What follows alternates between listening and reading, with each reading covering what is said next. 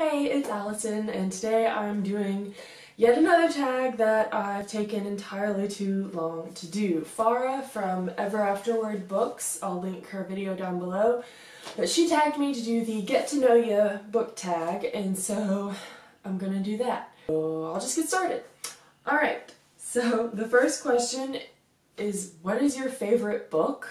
I'm sorry, maybe this is a cop-out, but to me, if you're a reader, that's an impossible question. So instead of trying to narrow down a list to like a top 5, I'm going to say what Neil Gaiman once said, which is picking 5 favorite books is like picking the 5 body parts you'd most like not to lose. So yeah, that's how I feel about it. I'm just not gonna answer that question. Question number 2 is, what was your favorite book 5 years ago?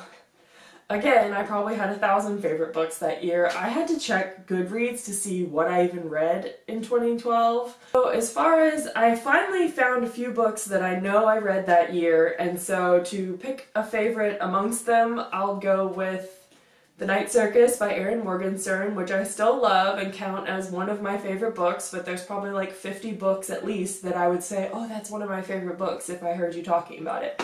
So anyway, this is what I chose. Question number 3 is, what is your favorite duology, trilogy, or series?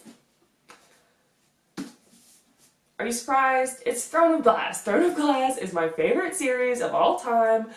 I try not to get too crazy about it on my videos, but I might just have to make a video all about Throne of Glass and I'll just unleash the obsession and let myself rant for an hour or whatever, because it's my favorite series. I have a lot of books I love and a lot of series I love that I say are my favorite series, but this is the one I'm just most obsessed with. I don't know what it is about it, but Sarah J. Maas to me can just get my emotions tangled with her stories and her characters better than almost anyone. Like, number 4 is last book you read. Well, I'm currently rereading A Court of Mist and Fury by Sarah J. Maas. This is just the dust jacket because I take the dust jackets off while I read books and it's in the living room and I don't feel like going to get it, but I have the dust jacket in here because I keep them safe. This is what I'm currently rereading because I wanted to reread the first 2 before I read the 3rd one, and so I guess the last book I read and finished was A Court of Thorns and Roses, but I'm reading this one right now. Number 5 is the last book of poetry you read. I don't read poetry really very much. I used to read more than I do now, but mostly because of school and stuff, but I do remember like a long time ago I bought a book of Edna St. Vincent Millay poetry because I had a friend who really liked her and I was trying to get into poetry a little bit more, so I read a lot of those poems, but as far as just sitting and reading a whole book of poetry, I don't know if I've ever done that. Number 6 was really hard for me. It's, what book most influenced your life? And I feel like all the books you read, not all of them, but most of the books you read, the good books you read, kind of become part of you and part of your growing as a person. And I've had a lot of books over the years that just really made me think about stuff or different things like that, but I'm gonna go with Extremely Loud and Incredibly Close by Jonathan Safran Foer. It was one of the first books I read that just made me go, oh wow, what is this like magnificent thing I just read? It was so good. I really want to reread it, but I'm also afraid of like destroying the magic because I read it years ago. I mean, the narrator in this book is only 9 years old, but I still felt like I just really related to it, and I just found so many beautiful things were said, and one that really, like, that still sticks with me all the time is, he says, sometimes I can hear my bones straining under the weight of all the lives I'm not living. And I'm like, oh my god, I remember when I read that, I was like, that's how I feel all the time, like, I still think that's a beautiful quote now. And I don't know that this inspired me to do anything in particular, but I still say that this book influenced my life because this was my favorite book for a really long time whenever I wanted to say, yeah, this is my favorite book. Now since then I feel like I've enjoyed books more than this one, but I really need to reread it and see how I feel, but I don't want to ruin the magic, but I do feel like I really need to reread it, and then maybe I'll decide it is my favorite book, but I just don't think I can pick a favorite book still. Number 7 is a book that made you ugly cry. I'm a crier, so I ugly cry a lot when I read books. So my go-to for the crying question is The Fault in Our Stars by John Green. I feel like this is one, I mean, I don't know anyone who didn't cry reading this. I cried for like the last 100 pages because it's so sad, and I just wept and snotted everywhere, and it was so gross, but I just like, I couldn't even, it took me forever to finish the book because I couldn't see through my tears, and I was just dripping on the pages with my tears. It was a big mess. Now, that's not the only time I've done that, but this was one.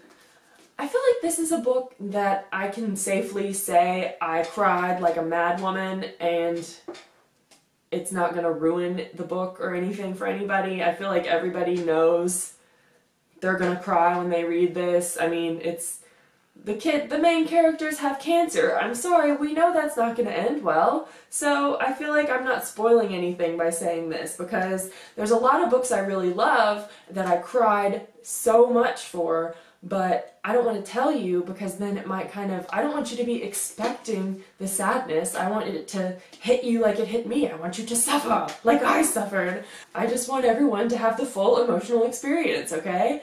Number 8 is a book that made you laugh. Now, a lot of books make me laugh too. I laugh when I read books. Like a funny book that I thought of when I read this question was Wallbanger by Alice Clayton.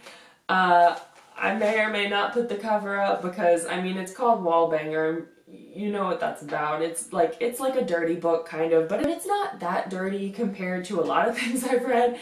But it's really, really funny, and the characters' interactions are really funny. I mean, okay, by the name, it's about a woman who meets her neighbor because she has a new neighbor and she can hear him through the wall. And so she finally has enough of the noise and like goes over there to tell him off or whatever, and that's how they meet. And then there's this whole funny, it's really funny, and if you're looking for like a venture into like smutty romance, that's one I would start with maybe, because it's really funny and it's not that bad. I just remember the main character being really funny and I really liked it, and she has a cat that's really funny, and it made me laugh. Alright, number 9 is character you'd like to be for a day. I feel like I could think forever about this question and never feel like I came up with an answer that I felt was good enough. But for now, just because I'm reading it right now, I'm going to go with Farrah, as long as I get to choose the day and it's a good day and not a bad day, and I don't have to like actually go through the stuff. I don't know. I think it'd be fun because she hangs out with all the cool people in A Court of Mist and Fury, and she gets to be with Reese, and she gets to have all the abilities and things and cool stuff. So yeah, that's what I'm gonna go with for now. And you probably don't, I don't know if that made any sense, but I don't know. That's all I can think of right now because I'm currently reading that book. So. And then number 10, also because I'm currently reading that book, number 10 is a book that was so good that you dreamt about it. I dream about a lot of the books I read, or they like inspire weird dreams that I have, but I'd say definitely, yeah, A Court of Mist and Fury is like, you're very immersed in it while you're reading it, and so rereading it, I'm reading it a lot slower than I did the first time around, because the first time around, I think I read the first like couple hundred pages, no, not even, I don't know, I read, like the first part is kind of like, ugh, everything's so like depressing, but then it really picks up, and once it picks up, like, I couldn't stop reading. I think I read for like 10 hours straight because I just had a weekend to myself and I had the house to myself, and I just read and did nothing else. I don't even know if I ate. Like, it was intense. And then I saved the last little bit for the next day because it was like 4 a.m. and I only had like 80 pages left, and I was like, I don't feel emotionally prepared to deal with this ending right now, so I put it down and finished the next day. But I definitely dream about this while I'm reading it, for sure. Number 11 is book you DNF'd. I DNF a lot of like dumb romance books that I start reading. I like, oh, I like the sound of that story, that sounds cute, I want to read that, and then I'll start reading, and then something will happen and I'll just lose interest, or I'll just get annoyed, or whatever. But I DNF a lot of those books. But I guess I DNF a lot of little books like that I just don't remember the titles of even. But I'd say the most popular book I ever DNF'd was 50 Shades of Grey. I read it, like, I started reading it before it was a thing. Like, it wasn't even in print, it was still only available as an ebook at the time. I read it because I was super into Twilight, and apparently the 50 Shades books started out as, like, Twilight fan fiction, and so Amazon recommended it to me, and I was like, okay, cool, yeah, I'll check that out. I was a Twilighter, I was obsessed, it was a problem. But, I started it, and it was like, it's probably the first truly dirty book I ever read, but I didn't even get into like the super dirty stuff. Like, I got to where he gave her the contract, and I just got so mad. But I was like, he wants to like tell her what she can and cannot wear, and what she can and cannot eat, and what she can do, and who she can be with, and she can't look him in the eye unless he says she can, and all this different stuff. And I was just like, I can't. I just didn't think I would enjoy that type of interaction. So I just didn't finish it. I just didn't think, yeah, I mean, like, I know a lot of people and maybe one day I'll get brave and I'll go back into it. Now that I've read other dirty books, maybe it won't seem as crazy to me. But I don't know, the whole like master-slave sex thing, I mean, if that's your thing, that's awesome, you go for it. But it's not my thing, and I just didn't think I would enjoy reading about that interaction between people. So yeah, I didn't read it. And the last question is number 12. What book are you most excited to read? Well, you see I'm rereading A Court of Mist and Fury because I want to read A Court of Winds and Ruin. I'm so excited. I'm so scared. I'm so excited, and I'm so frightened. This is the first time, because, like, you know, Throne of Glass is still going, and I don't know how Sarah J. Maas likes to end her series, so we're gonna find out, and I'm so scared, and I've been avoiding spoilers like the plague, and I swear to God, if someone spoils me in the comments, I will hunt you down, and I will hurt you, because I'm avoiding spoilers. I may not even read comments. I'm not reading a lot of stuff. I'm skimming through a lot of things on the bookish social media, because I don't want to get spoiled. So, anyway, this is what I'm most excited about reading. Okay, now I think I'm supposed to tag people.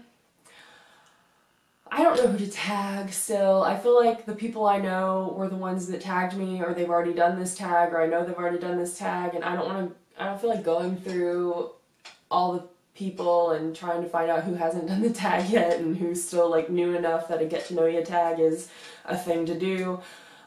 Right now, I'm lazy. I suck. I'm sorry. I'm lazy. I'm probably not going to tag anybody. I'm sorry.